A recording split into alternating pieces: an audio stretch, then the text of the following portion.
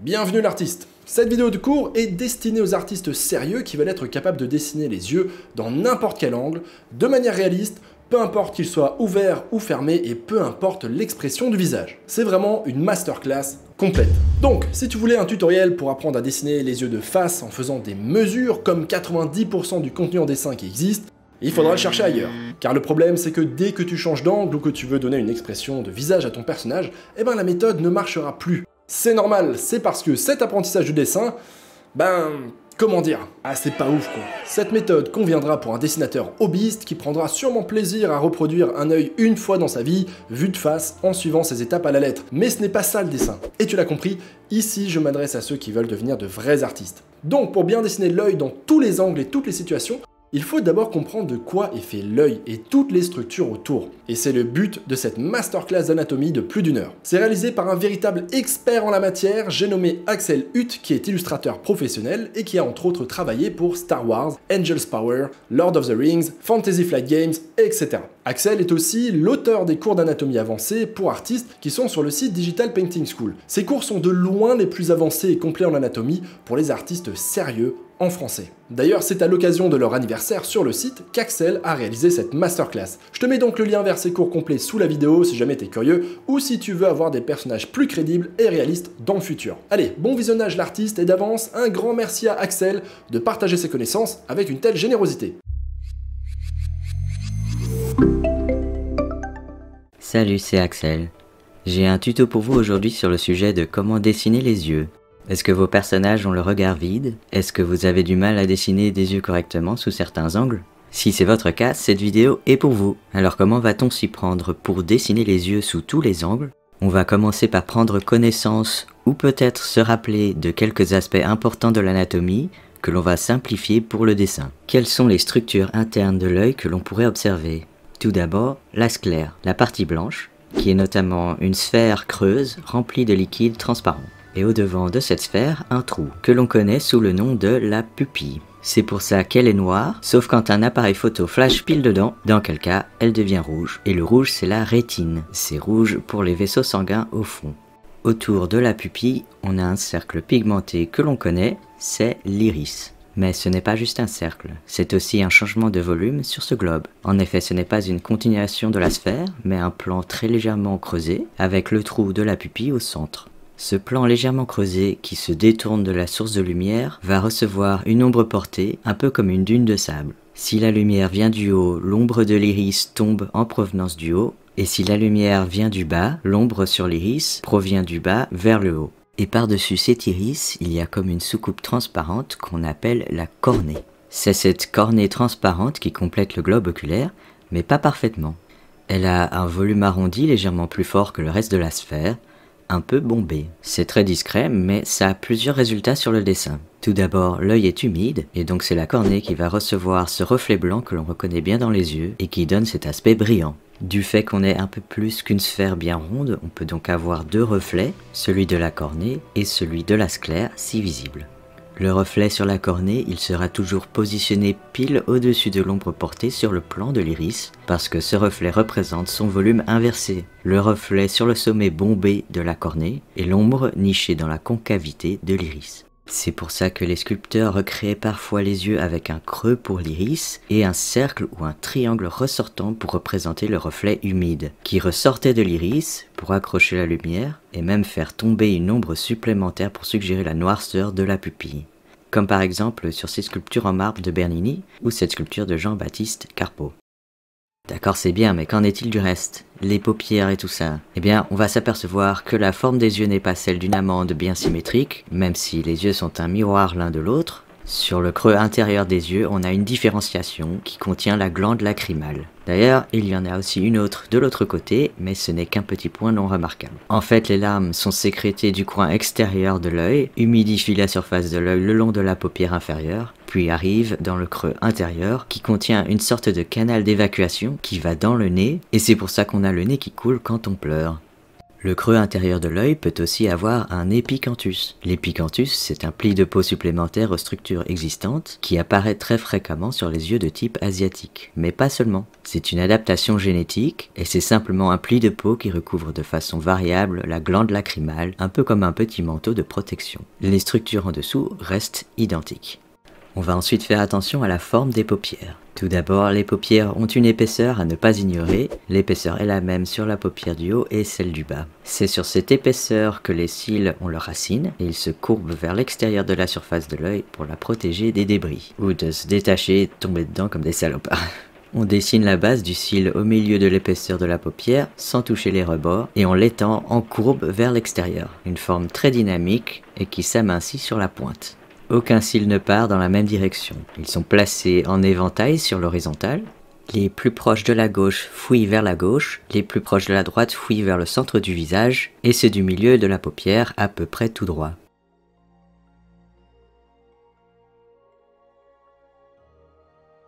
Pour les dessiner, on ne réplique aucun cil. Chaque cil a une orientation un peu différente, et ils vont également se chevaucher et passer les uns devant les autres dû à la perspective. Les cils sur la paupière du haut sont plus nombreux et plus longs, alors que ceux de la paupière inférieure sont plus courts, moins garnis et tendent à se grouper ensemble deux à deux en formant des pointes.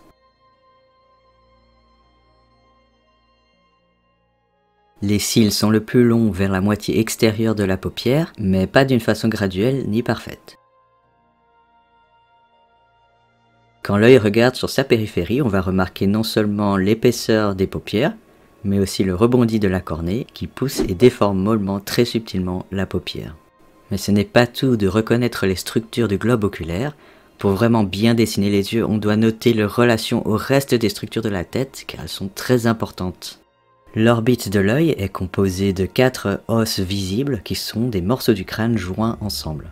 La partie du haut, ici, qui fait partie de l'os frontal du crâne que l'on peut voir délimité par ces sutures. On va noter de profil cet angle important. De face, cette section au centre, c'est la glabelle, qui ressort un peu et qui casse l'arrondi des creux des orbites, comme vous le voyez, qui fait un peu cette forme. Sous la glabelle, on a l'arche du nez qui se forme, constituée par les deux moitiés de l'os nasal. Et de profil, on va noter la forme simplifiée que l'on obtient en suivant le front, la glabelle et l'arche du nez ensemble. Ensuite, troisième os qui forme l'orbite de l'œil, c'est la maxilla, c'est cette section. Elle contient le reste de l'orifice nasal et les dents du haut. À la hauteur du nez, la maxilla, elle est connectée par une arche horizontale au quatrième os de l'orbite qui est l'os zygomatique. Ensemble, ils forment la pommette de la joue. Cet élément de la pommette que l'on voit très bien sur un visage, c'est le processus zygomatique et il fouille par le dessus pour finir d'encadrer l'œil, créant l'orbite pour protéger l'œil qui est très fragile. On va noter sa forme de face qui remonte vers l'extérieur. C'est un encadrement pas tout à fait vertical. Et de profil, la section rentre un peu vers l'intérieur et on va prendre soin de noter ses formes. Et la connexion à la ligne temporale qui fait partie de l'os frontal. Tous ces éléments sont des repères du visage importants qui nous aident à mieux situer l'œil pour le dessin. Pour vous aider à mieux mémoriser ces éléments, je vais vous les remontrer sur une sculpture hyper simplifiée du crâne, sur laquelle je vais ensuite ajouter quelques éléments supplémentaires de l'anatomie.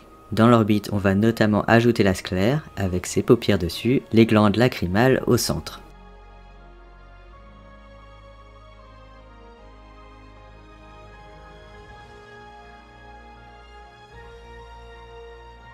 À partir d'ici, qu'est-ce qu'on va pouvoir observer grâce à cette sculpture ? Eh bien, regardez, on peut ajuster le positionnement de l'œil, qui peut être soit très enfoncé dans son orbite, et donc très en retrait derrière l'arche du nez sur le profil, ou à l'inverse, se situer en superficie, plus avancé sur le plan du visage, ce qui en pratique va changer certaines choses, comme par exemple affecter la visibilité de l'œil le plus éloigné en 3/4, qui peut être masqué ou pas par l'arche du nez.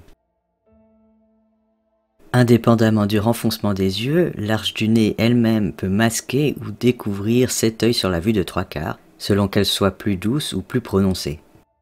Si l'arche du nez est très forte, elle peut même faire continuation de la glabelle et masquer l'œil de derrière entièrement, et même beaucoup plus tôt que si l'arche était très douce ou peu prononcée.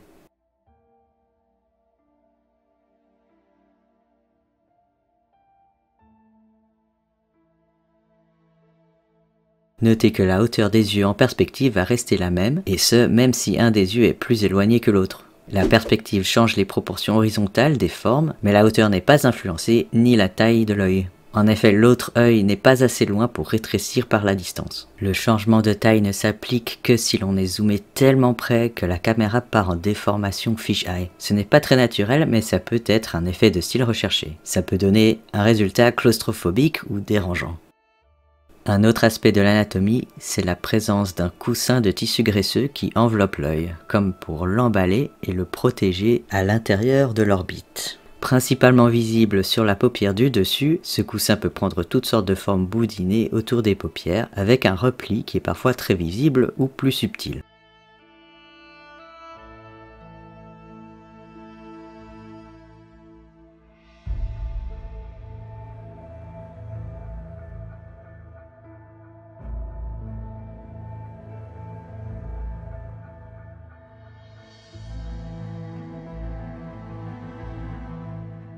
Ce coussin autour de l'œil est altéré par l'âge et le poids, mais aussi par la génétique. Moins de coussins a pour résultat de creuser l'œil, creusant tout autour, mais aussi de plisser la peau des paupières qui sont très fines et très fragiles.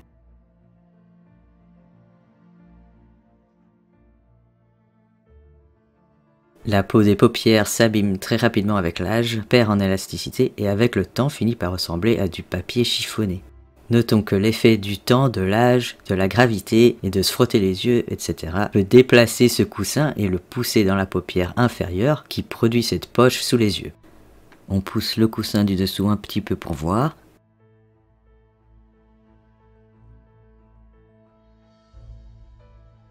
Et notez qu'on peut avoir un sac sous les yeux mais le reste creusé en même temps. Ce n'est pas incompatible. Et ensuite je vais avancer les yeux dans le crâne du modèle et ajouter un épicanthus qui est joint avec le coussin graisseux du haut, ça fait un tout. J'ai aussi le coussin sous les yeux de changer parce que la forme de ce coussin peut avoir des variations.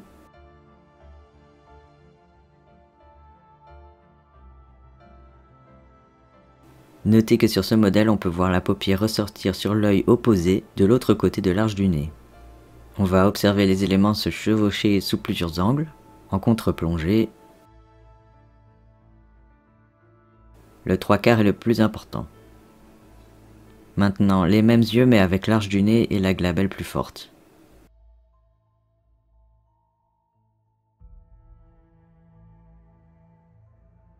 On observe à nouveau le 3/4, à quel moment la paupière apparaît ou disparaît.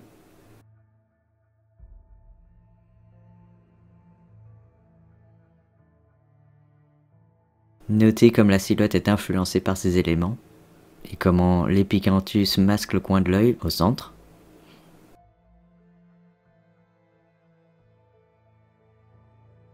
Prenez aussi l'habitude d'observer ces détails sur des photos ou des modèles.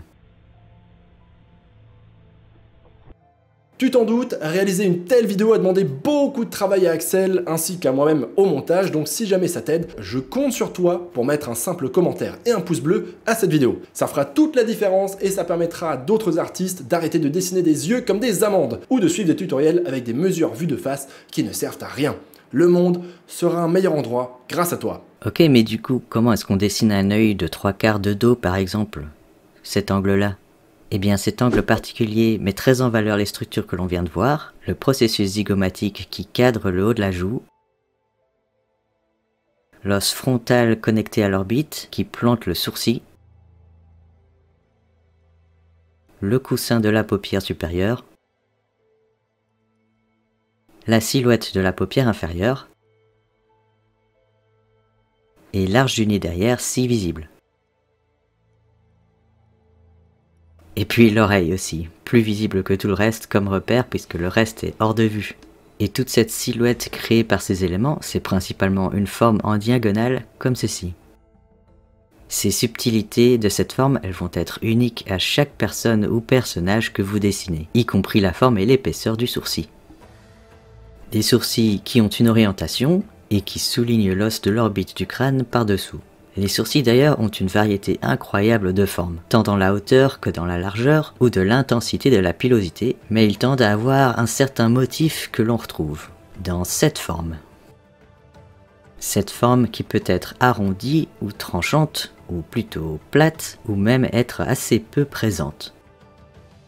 Pour dessiner les sourcils, à partir de cette ligne, on va dessiner les poils qui s'orientent du centre du front vers la tempe.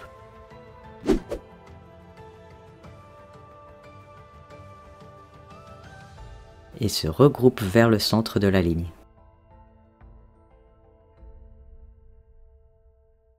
On peut les dessiner très simplement avec cette orientation, le trait plus concentré et épais vers la ligne et plus léger à l'extérieur, avec des poils plus courts et plus éparpillés sur les contours.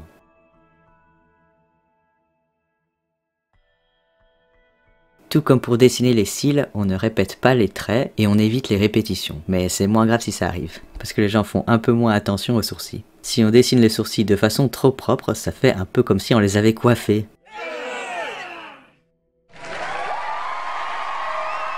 Les sourcils bien sûr s'aplatissent avec la perspective et ils sont dessinés à peu près sur 2 plans. Celui du front, le même que celui qui incorpore la glabelle, et le plan du coin du visage qui est un peu arrondi. C'est pour ça que l'on peut parfois observer la fin du sourcil sur le 3/4 de dos, même si le reste de l'œil n'est plus en vue. Pour cette démo, je vais dessiner quelques visages et concentrer mon commentaire sur la construction des yeux et jouer avec quelques expressions faciales à la fin. Et maintenant, mettons tout ça en pratique. Je vais dessiner quelques visages sous différents angles, en commençant par poser un cercle pour la boîte crânienne. Et tout de suite, tracer un repère vertical pour le front, puis une diagonale pour la glabelle. Avec un second trait pour placer le plan du front, on sait maintenant que le portrait est en 3/4 et un peu vu de haut, de par le positionnement de cette ligne horizontale assez bas sur le cercle.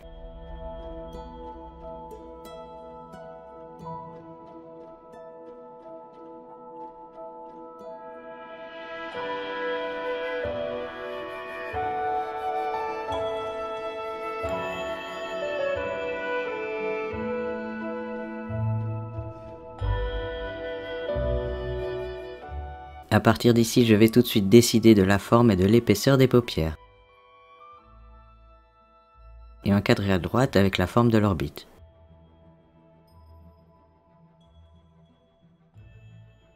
Positionner les iris. Comme c'est en 3/4, ce sont des ovales plutôt que des cercles, c'est en perspective.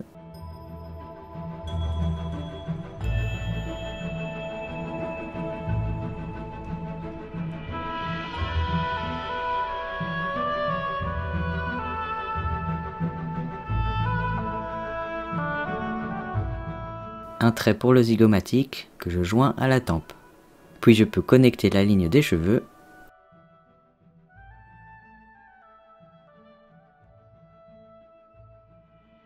L'oreille au bout du zygomatique le long du crâne.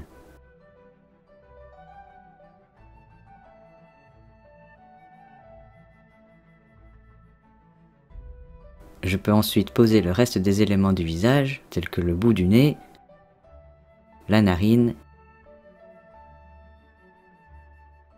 et le bas du visage.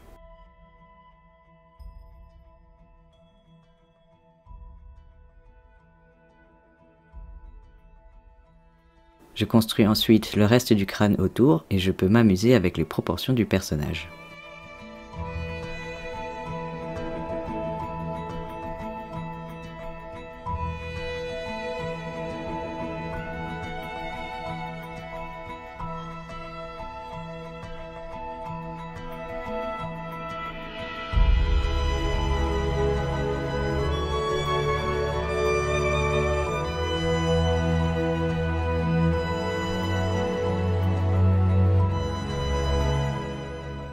Un autre cercle pour commencer, et puis une démarcation verticale pour marquer le centre du visage,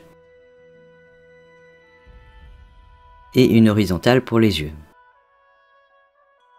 Puis les lignes temporales qui se joignent aux zygomatiques pour situer les joues.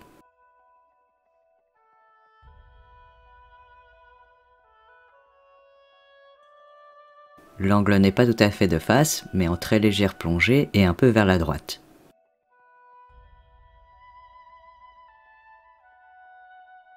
Et je place les oreilles pour le démontrer.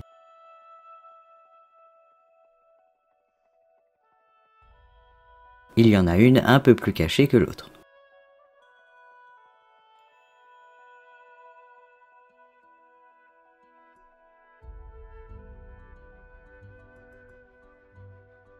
la hauteur du nez,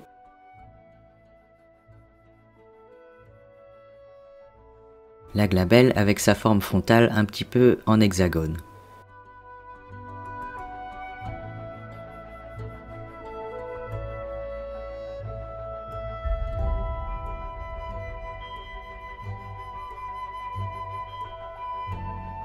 De là, je commence à décrire les paupières, qui cette fois n'ont pas de creux entre la paupière supérieure et le cadre de l'orbite au-dessus.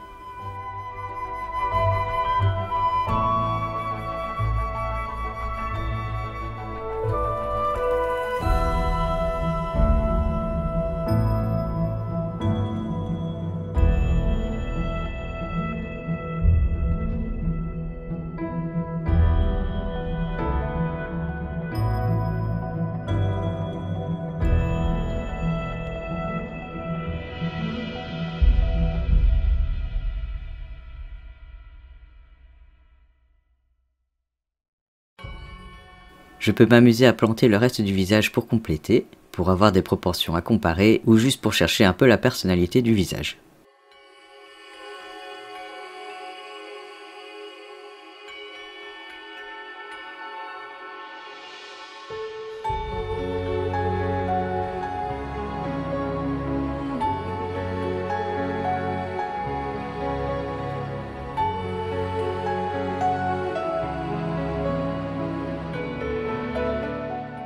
Là, je viens donner un peu de personnalité à la forme des sourcils.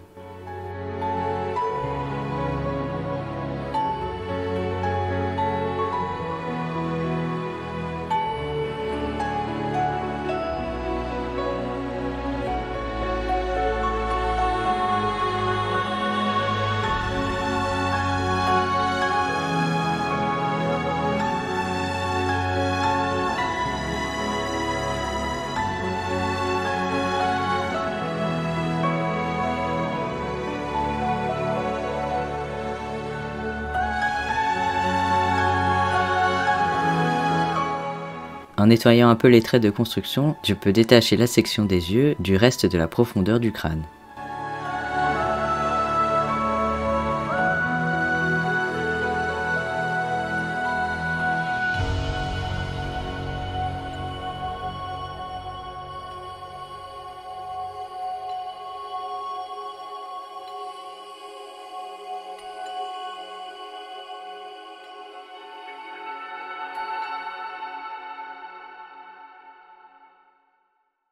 Et puis je peux définir la ligne des cheveux.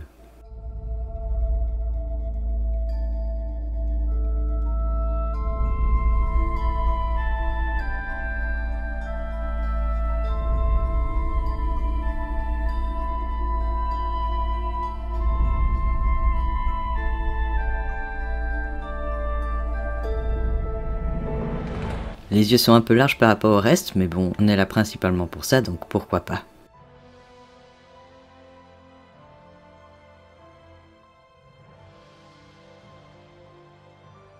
Au suivant. Cette fois, on va le faire regarder à droite et vers le bas.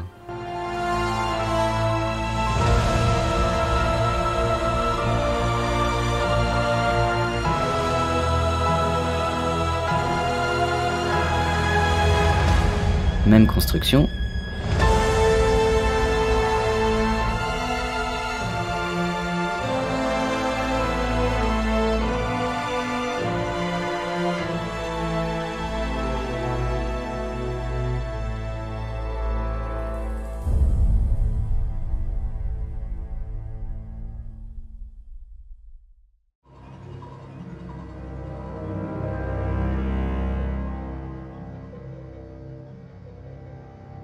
Cette fois, la silhouette de la joue est définie, du aux 3/4, et large du nez aussi. En fait, on voit un peu le profil du nez.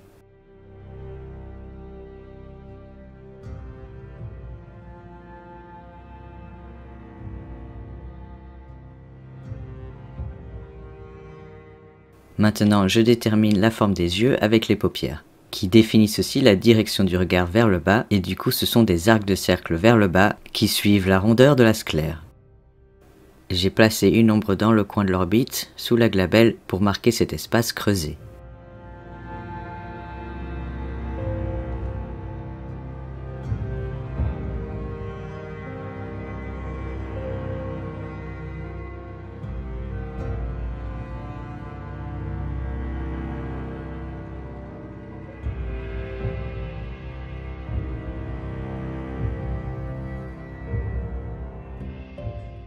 L'iris sous cet angle est un ovale perpendiculaire à la direction du regard.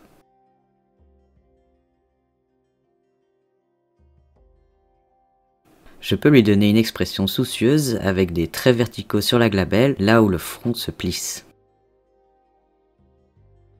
Plisser les yeux et les sourcils va aussi pousser la glabelle et lui donner un peu plus de volume dû au pli de la peau à cet endroit.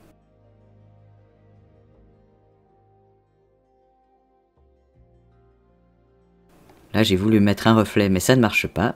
Quand les yeux regardent vers le bas comme ça, la lumière peut ne pas atteindre le sommet de la cornée à cause des volumes des paupières qui peuvent jeter un peu d'ombre dessus. Donc pas de reflet, en effet c'est tout à fait possible de ne pas avoir de reflet sur les yeux.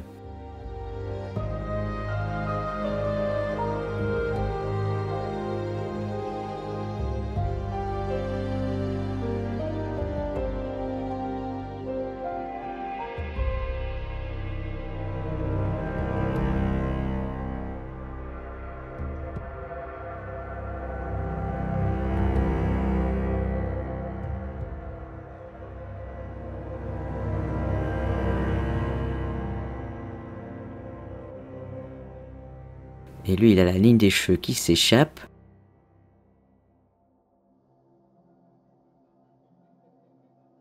Le reste, c'est des petites retouches, des proportions, selon mes préférences. Mais vu qu'on se concentre sur les yeux, j'ai pas trop de personnages précis en tête.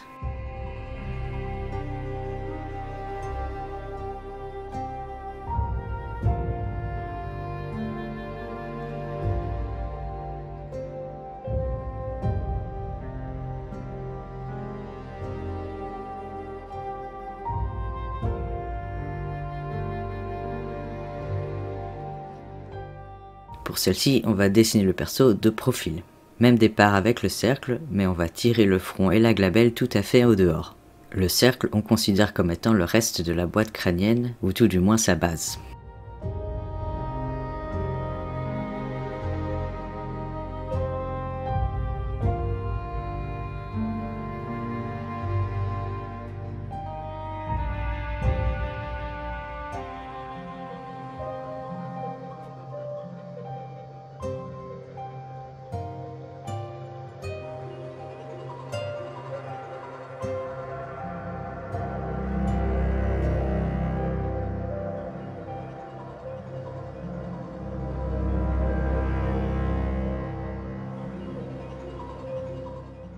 Je nettoie un peu les constructions pour faire de la place et redéfinir la forme des paupières.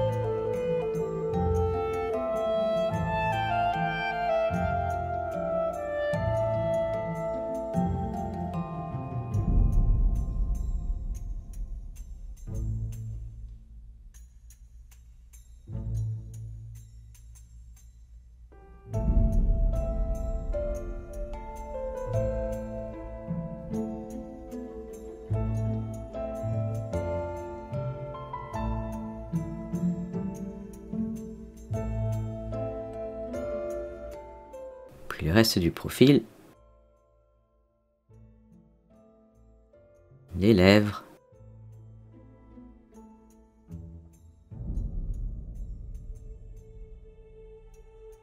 le menton. En nettoyant le dessin, on découvre le reste du personnage. Je me sers principalement des constructions du zygomatique et de la ligne temporale comme repère pour construire le reste, pour placer l'oreille notamment derrière le centre de la longueur de la tête.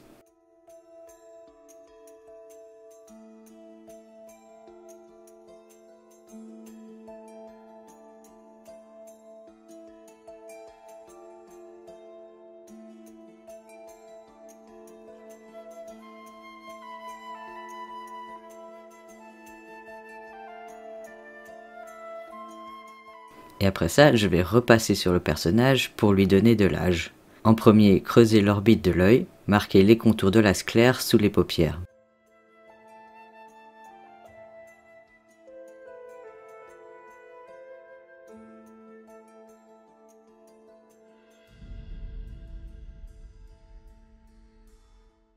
Je vais complètement changer le perso en agrandissant le nez et en lui donnant une forme crochue.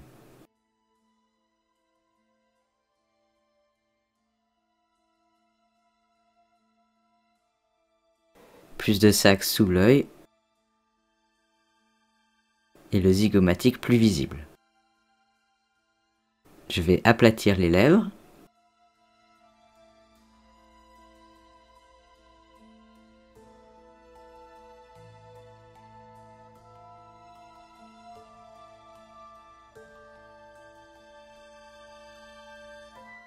Ajouter le pli nasolabial qui rend tout de suite le personnage beaucoup plus vieux.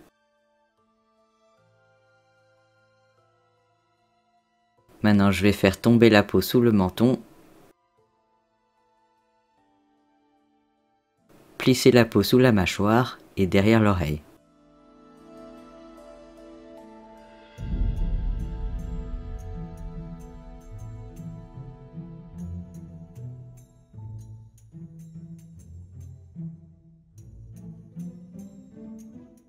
Et en définissant la glabelle et le front, je vais même peut-être la transformer en vieil homme.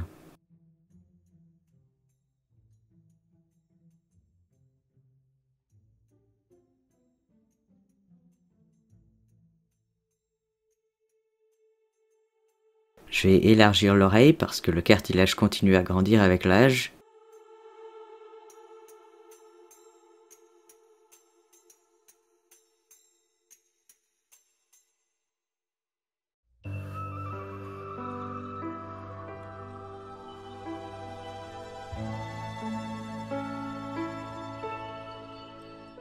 Les plis du dos de la nuque.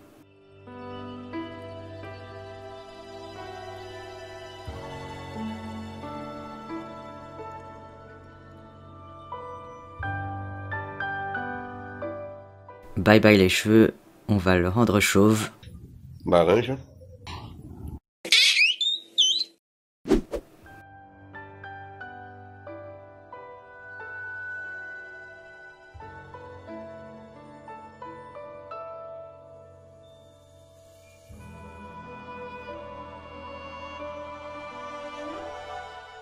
Voilà, pourquoi pas. Et au suivant. Cette fois c'est un 3/4 presque de profil, un petit peu vers le bas.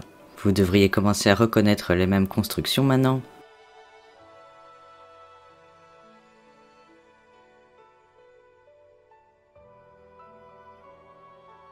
Je définis très rapidement le nez comme il est pratiquement de profil.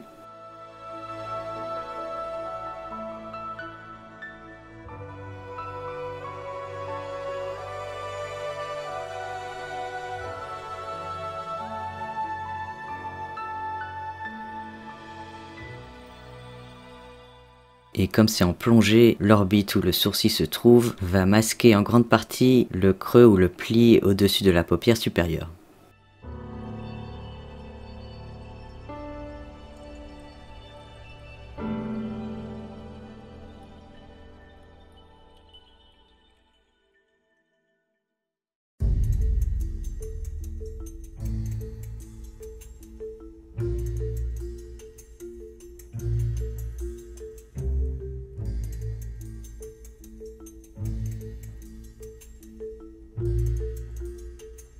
Je nettoie un petit peu.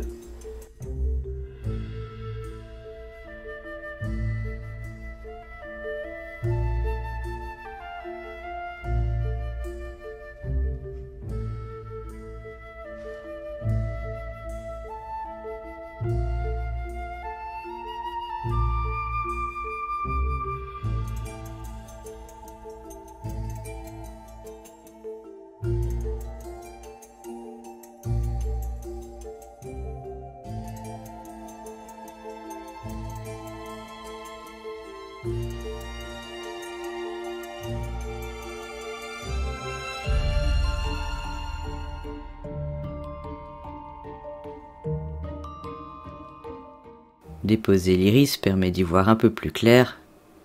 Le regard est vers le bas, donc c'est de nouveau un ovale.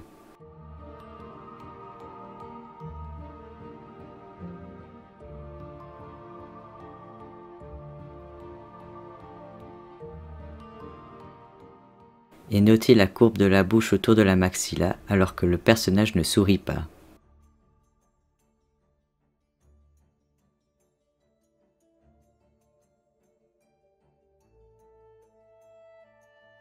Cette fois, on va dessiner la tête en contre-plongée. On commence encore par un cercle, mais on va placer la ligne des sourcils très haut. Et encadrer avec les zygomatiques.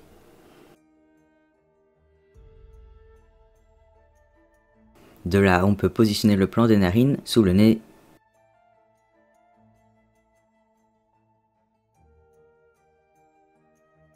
et la bouche. C'est la courbe inversée à celle de la bouche du personnage précédent.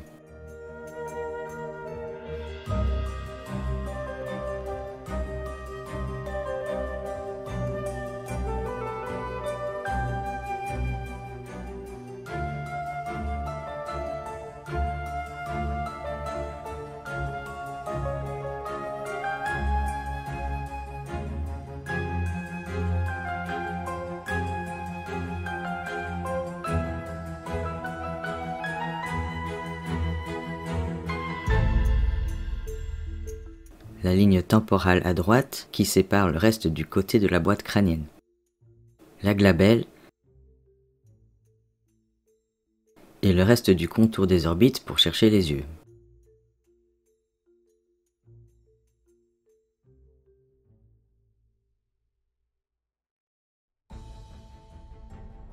Puis je découpe la forme des yeux entre les paupières.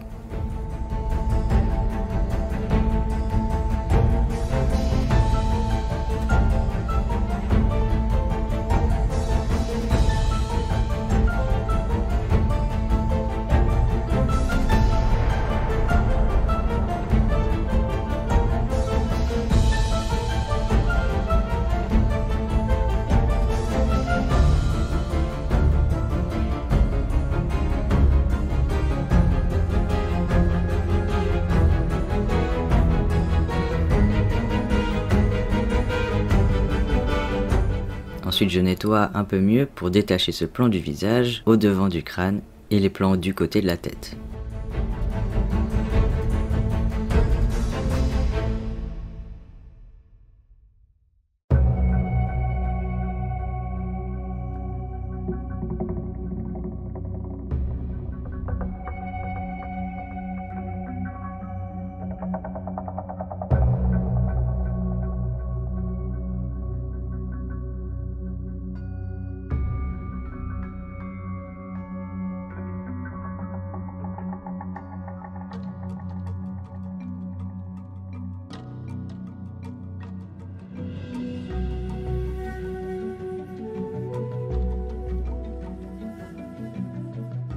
J'ai décidé d'ouvrir les yeux un peu plus, j'aplatis un peu les paupières inférieures en conséquence.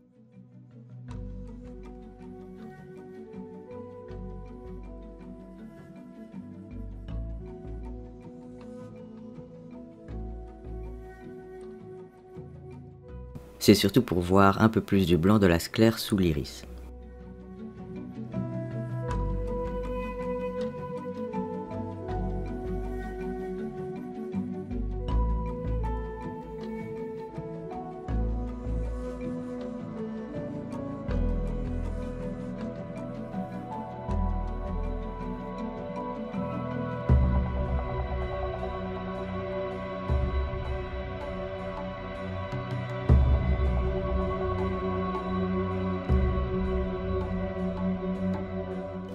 Je fais pas mal de marche arrière sur celui-là parce que j'ai pas d'idée très précise du perso ou de l'émotion, donc je cherche un peu.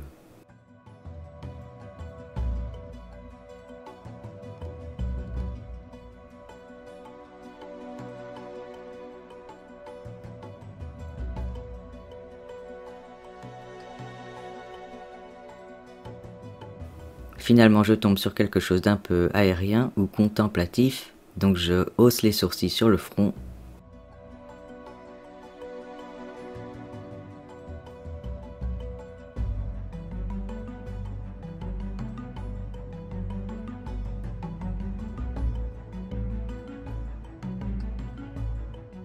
Les sourcils prennent un petit peu de temps à bien calibrer la symétrie.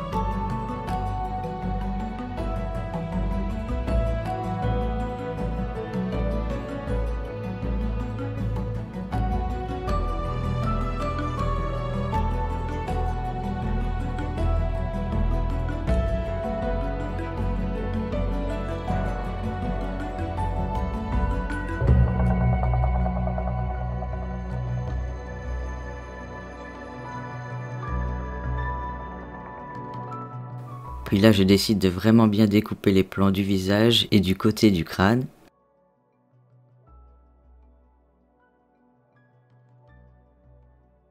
Et de creuser la joue un peu plus.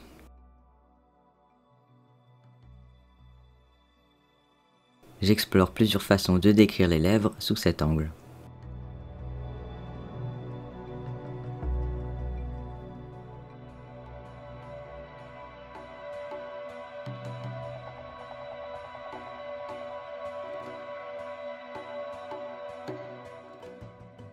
Ici, je décris un peu plus les formes de la paupière inférieure.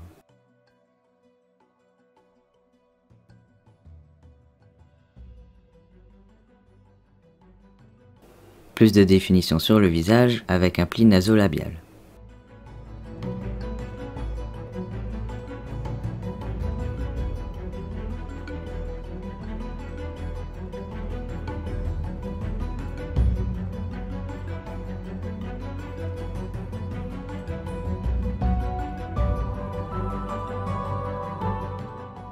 La symétrie des sourcils ne me satisfait toujours pas.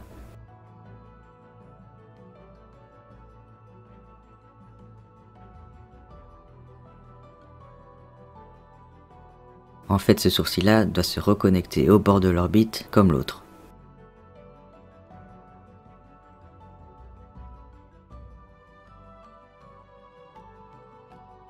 Ici, séparation de la paupière inférieure et du sac.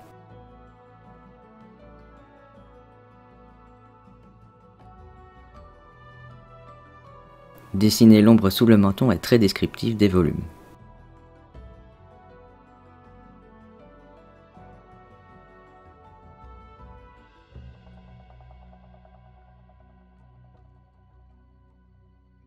Ici, je vais modifier l'expression des yeux en haussant le coin intérieur des sourcils.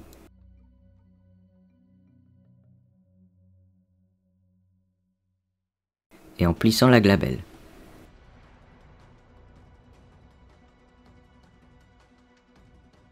Ce recoin-là, c'est pour plisser le front un petit peu.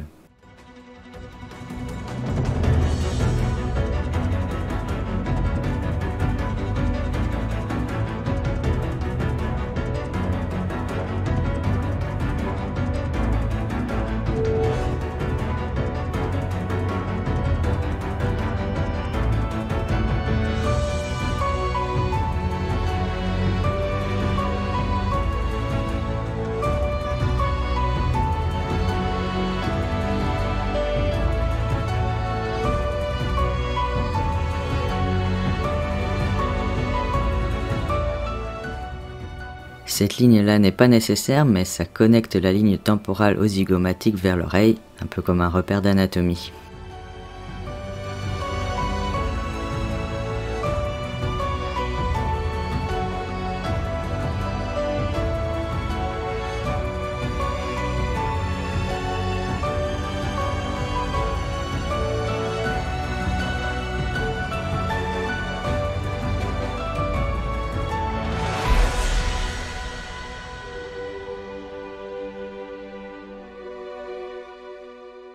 Maintenant, on va faire un petit 3/4 de dos. Tout de suite, la silhouette du coin du visage avec le front, l'orbite,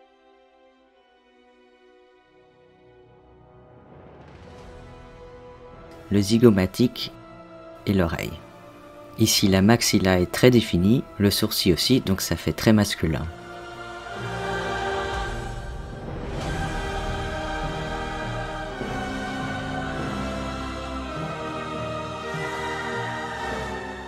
La paupière supérieure et les cils.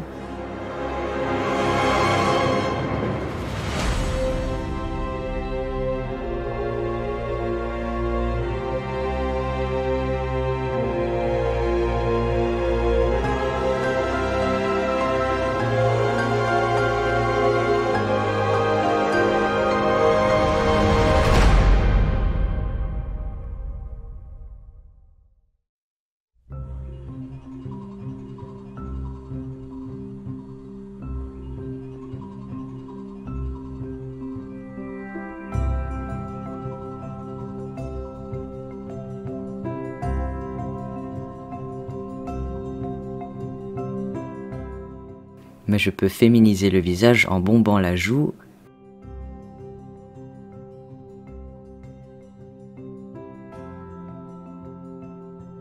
et en adoucissant le menton.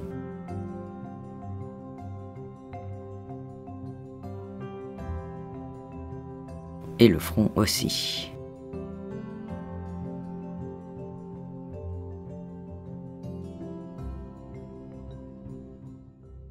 Le principe de la forme reste le même, c'est juste les détails qui changent.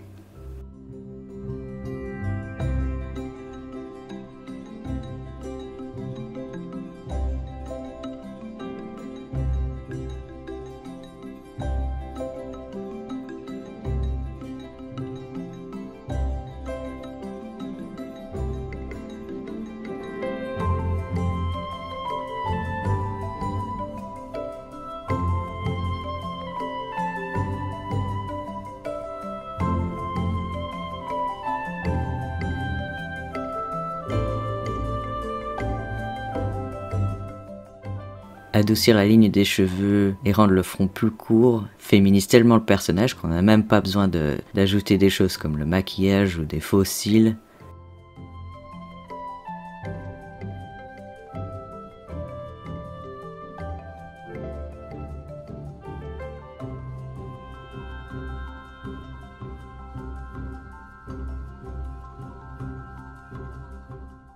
Puis pour la changer un peu, je peux aussi ajouter un épicanthus et pousser la paupière en avant.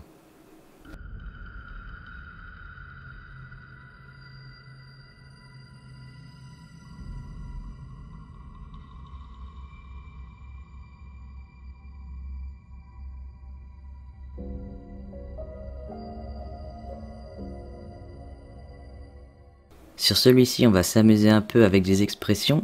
Mais d'abord on va le construire en plongée et pas tout à fait de face.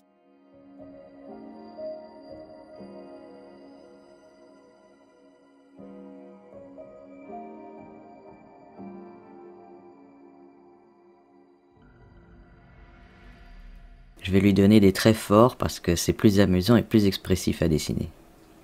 Un front très défini, un grand nez,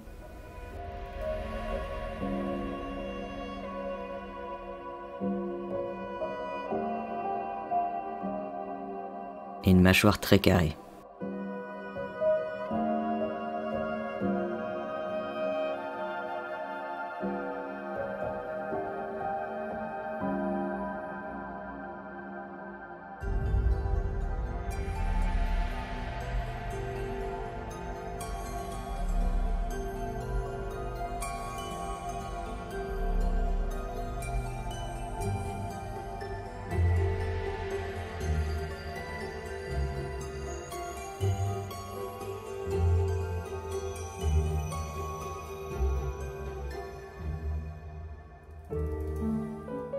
Maintenant je cherche la forme des yeux en posant la paupière supérieure. Je pense que je vais le faire regarder en bas ou de côté.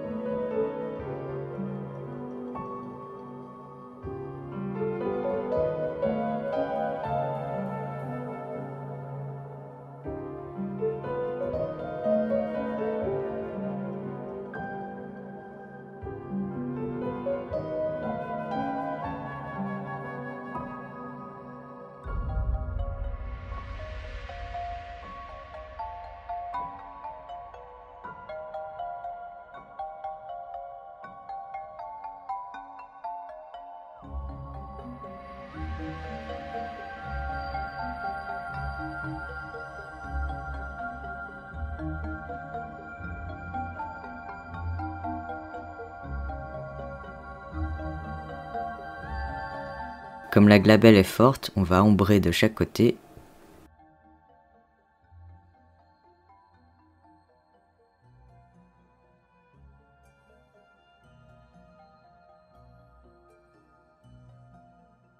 Je lui dessine des gros sourcils rectangulaires, mais je changerai peut-être d'avis par après.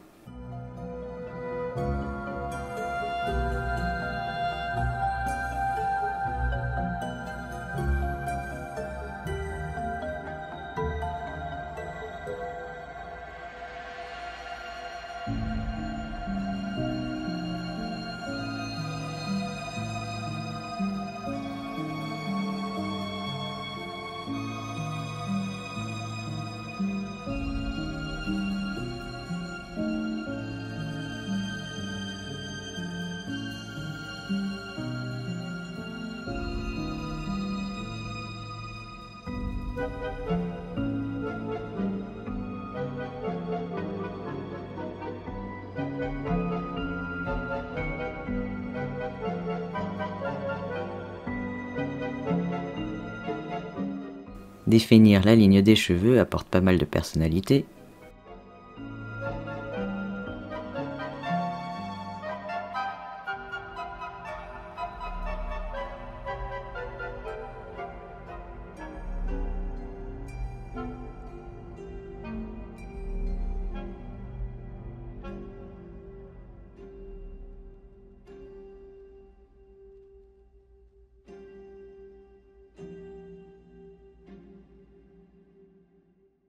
Ici je redéfinis les paupières, je veux un pli bien présent.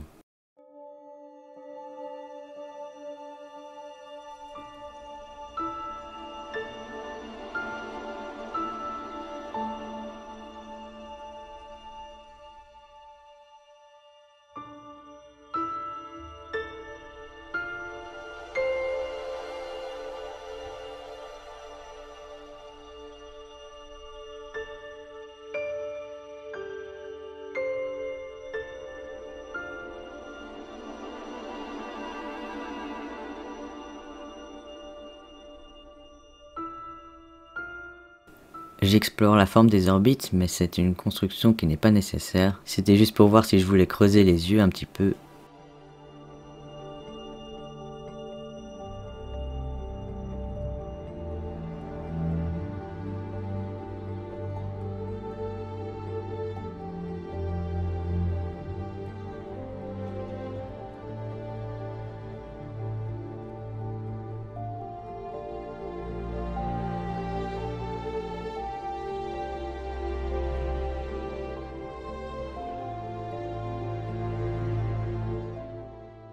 Nouvelle exploration de la bouche, je vais épaissir les lèvres.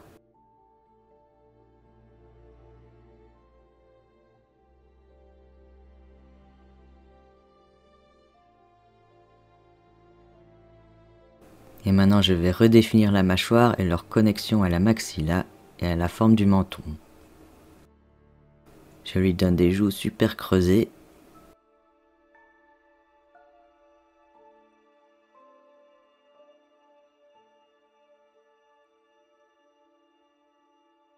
Ici, je redéfinis les formes de son crâne. Ces courbes-là, c'est la connexion de l'arrière du crâne au plan du visage devant, qui suggère les côtés un peu plats de la boîte crânienne devant l'oreille. Ok, après ça, je commence à jouer avec ses expressions. Tout d'abord, je vais lui donner un regard un peu plus intense. Je remonte les paupières inférieures pour lui faire plisser les yeux, comme s'il réfléchissait très fort.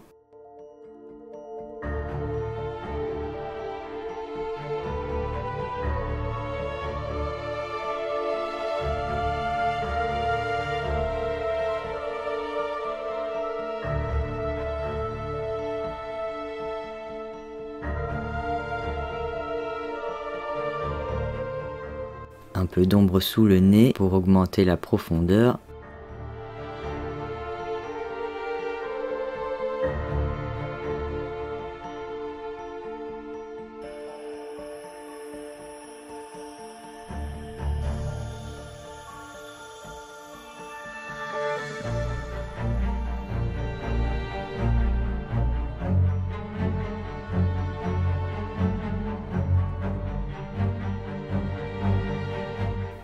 Quelques plis au coin des yeux ici vont lui donner un peu d'âge et un peu de caractère.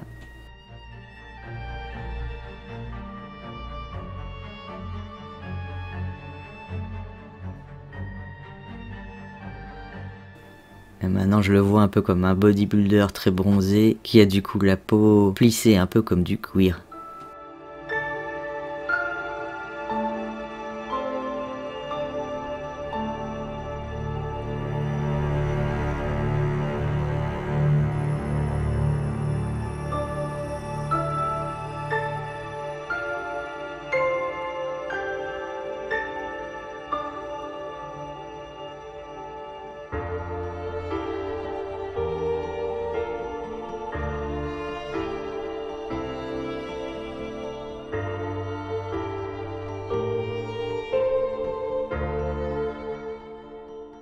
Nettoyage des sourcils et je vais changer la forme pour lui donner un peu plus de caractère.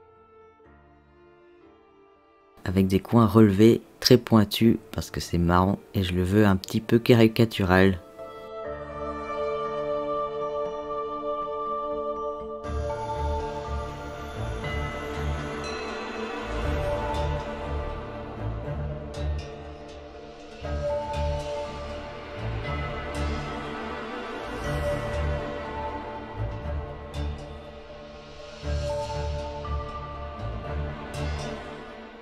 Ok, maintenant on va jouer un peu avec son visage. Pour l'expression suivante, je vais lui donner un air comiquement surpris.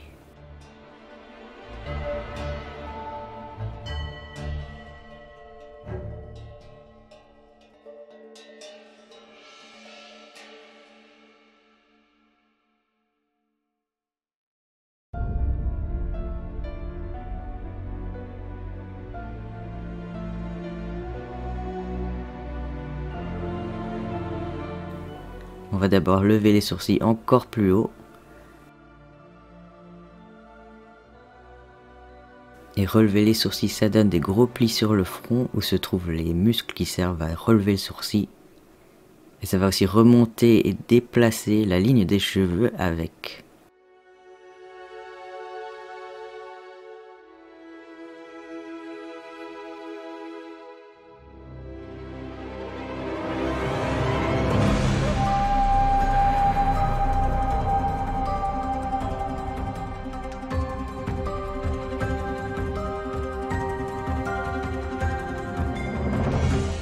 Comme les sourcils sont plus hauts, on va écarquiller les yeux.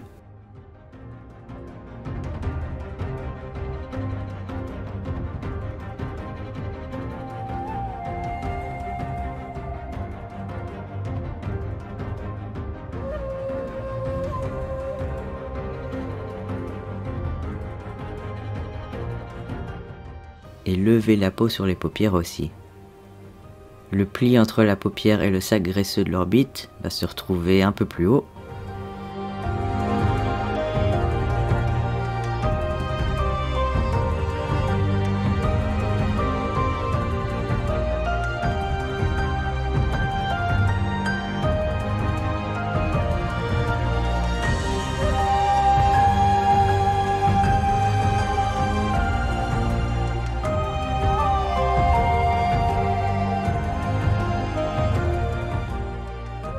Je vais m'amuser à continuer l'expression sur le bas du visage aussi.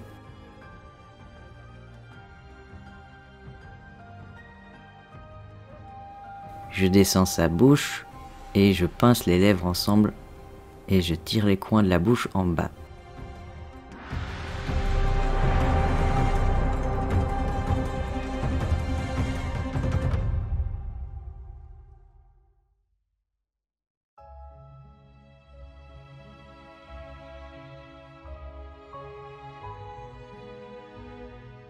Comme ça, il a l'air à la fois effrayé et embarrassé en même temps. Ça fait une bonne grimace qui me plaît bien.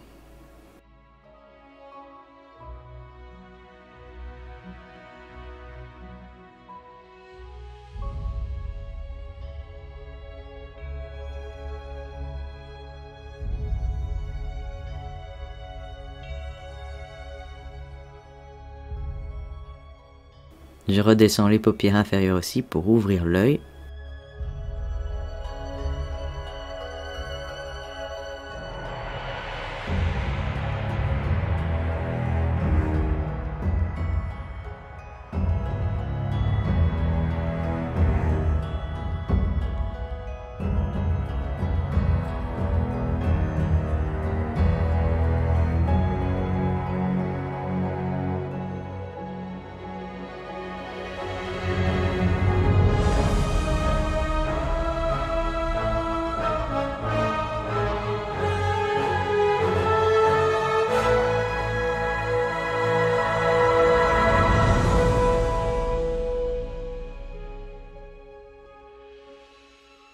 Je vais effacer quelques traits pour donner plus d'espace ouvert autour de la glabelle.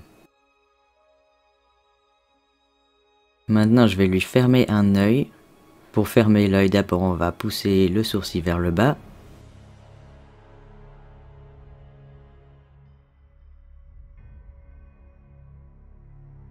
J'efface les paupières et je les réunis au milieu mais avec une courbe. C'est pas tout plat, c'est pas une ligne droite. Dessiner cette courbe, ça nous fait sentir qu'il y a la sphère en dessous.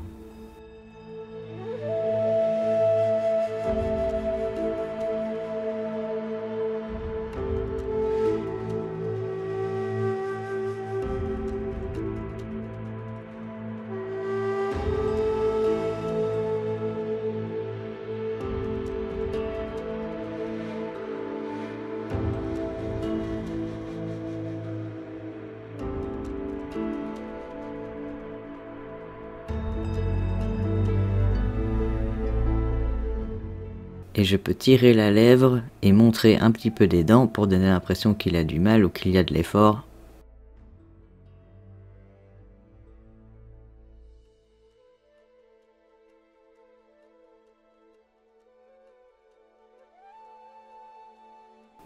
La joue est poussée vers le haut avec ce mouvement, donc je tente quelques plis pour le montrer ou le suggérer sans que ce soit trop extrême.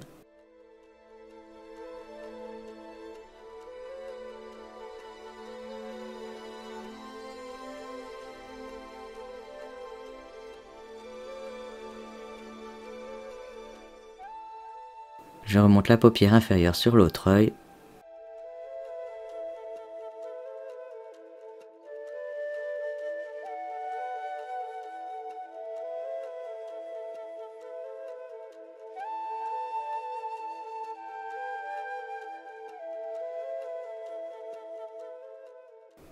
Et quelques plis supplémentaires entre l'arche du nez et la glabelle qui se chiffonnent.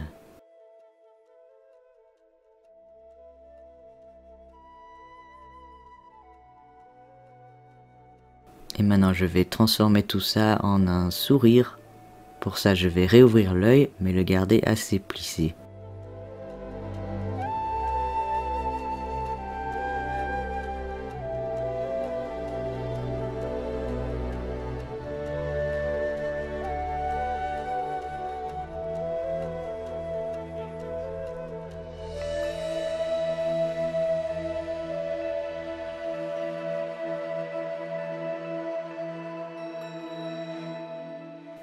Remonter le sourcil un peu plus que sur l'expression neutre pour l'adoucir, pour qu'il n'ait pas l'air méchant.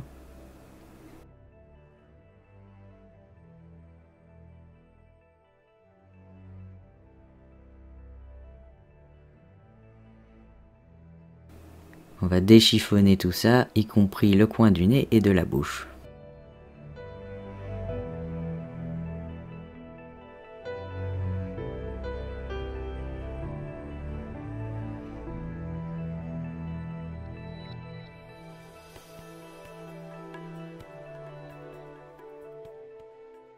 Puis refermer la bouche et hausser le coin des lèvres.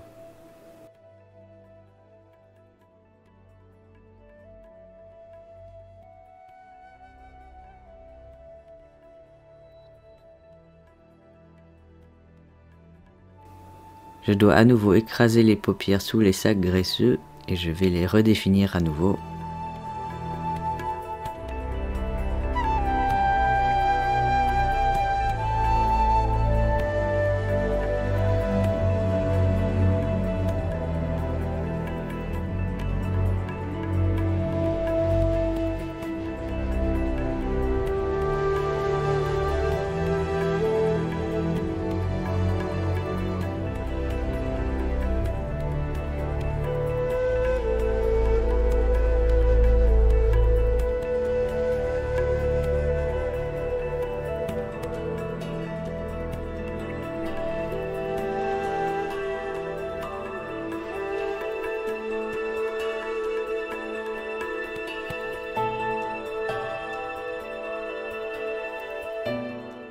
Comme les lèvres sont étirées, l'épaisseur est aussi diminuée. On le voit particulièrement sur la lèvre inférieure, mais c'est visible sur les deux. En fait, ce qu'on perd en hauteur, on le retrouve sur la largeur, comme un élastique.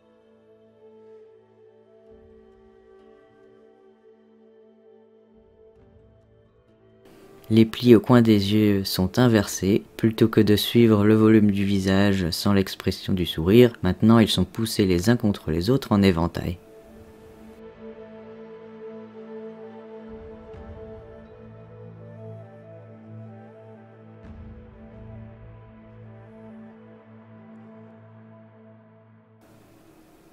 Et puis enfin, je vais fermer les yeux encore un peu plus pour relaxer le regard.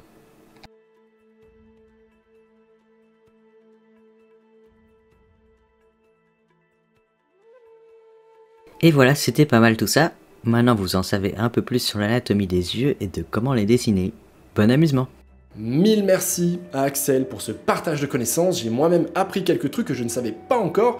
Et c'est une véritable chance d'avoir eu ce contenu. S'il t'a plu, pense à mettre un pouce bleu et un commentaire et bien sûr à t'abonner pour plus de vidéos. Je rappelle aussi que cette vidéo a été postée à l'occasion de l'anniversaire de ces cours d'anatomie avancée pour artistes qui sont à découvrir sur Digital Painting School. Chaque partie du corps est vue en profondeur, du squelette aux muscles en passant par toutes les subtilités comme les poses, les différences ethniques, etc. En plus, ils sont uniques en leur genre avec une approche en dessin et en digital painting et aussi en sculpting numérique, en 3D, pour encore mieux apprendre et appréhender les volumes. Ces cours sont toujours la référence pour les artistes qui veulent maîtriser le dessin de personnage, que ce soit pour du character design, de l'illustration, de la bande dessinée ou du manga, ou peu importe quoi d'autre. Le lien est sous la vidéo. Merci si tu as regardé jusqu'ici et à très vite pour de nouvelles vidéos. Ciao l'artiste!